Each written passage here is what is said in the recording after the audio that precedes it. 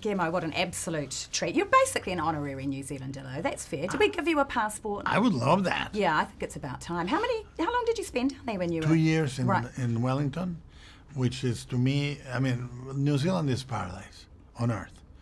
And, you know, I could live there in a second. In time. Come on down. You're welcome.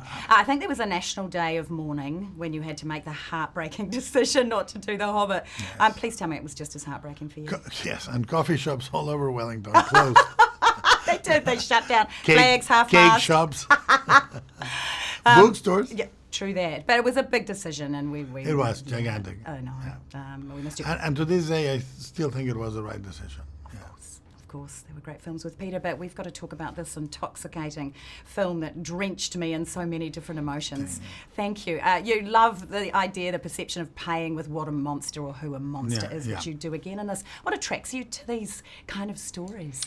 Well, first of all, to show that the only monstrosity exists in the human heart. That's real monstrosity. And then to take the figure of the creature and make it elevated and make it take its place in a sort of a cosmology, because it's an elemental god from the river, to make you see the beauty of it, the humility of it, and the majesty of it, which are very different tasks that need a performer.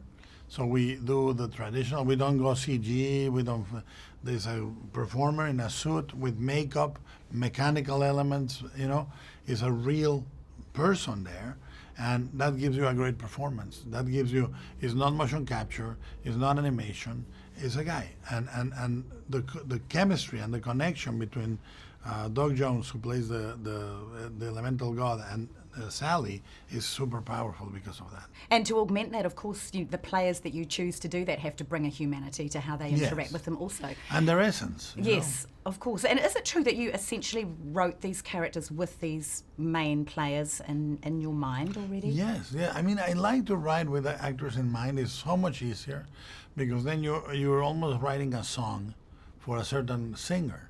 And that's the way I wanted the movie to be perceived, like a fairy tale for troubled times, but a movie that you felt a rush, like when you're listening to a great song, and that you came out of the theater humming the movie, you know, like feeling it, and that it connected at an emotional level with the audience. It was kind of, for me, like dreaming a poem, which is a lame way of describing it, I know. But No, it's beautiful. It was kind of a sense of that for me, and all the different relationships that fitted into each verse of those poems. There were so many different love stories in this. And They are.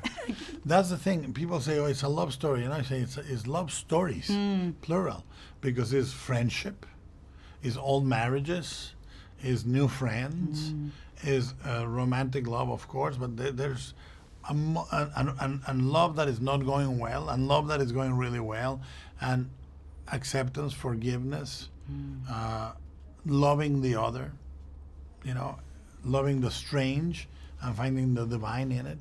And within that love, you also had heroes and moments of heroism in so many different ways. And we need villains and we need heroes. But how important were the heroes in this film in pegging it down for you?